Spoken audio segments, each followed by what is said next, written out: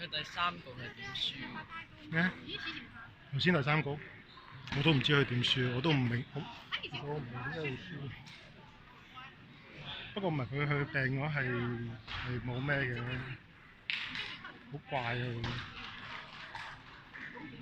佢嗰啲實力好飄忽。佢病咗咩？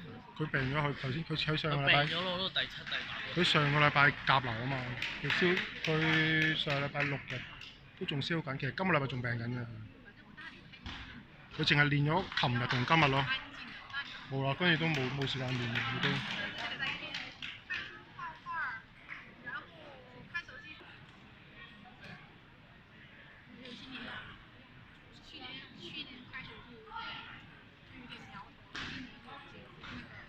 OK 啊。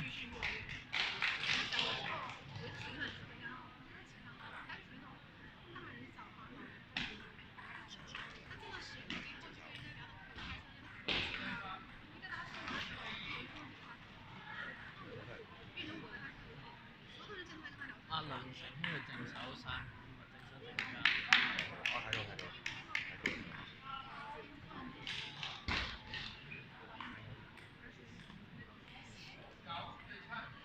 不過佢對啲好似對你哋呢啲咁樣對啲特別膠啲咧係爭啲。頭先係邊個嗌暫停？佢咯，佢領先2分，但係俾人追啊嘛，俾人追翻好多啊。1分冇輸吧？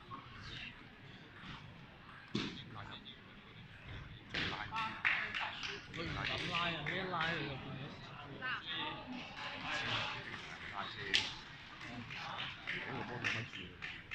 又係咁啦。所以佢先踩人。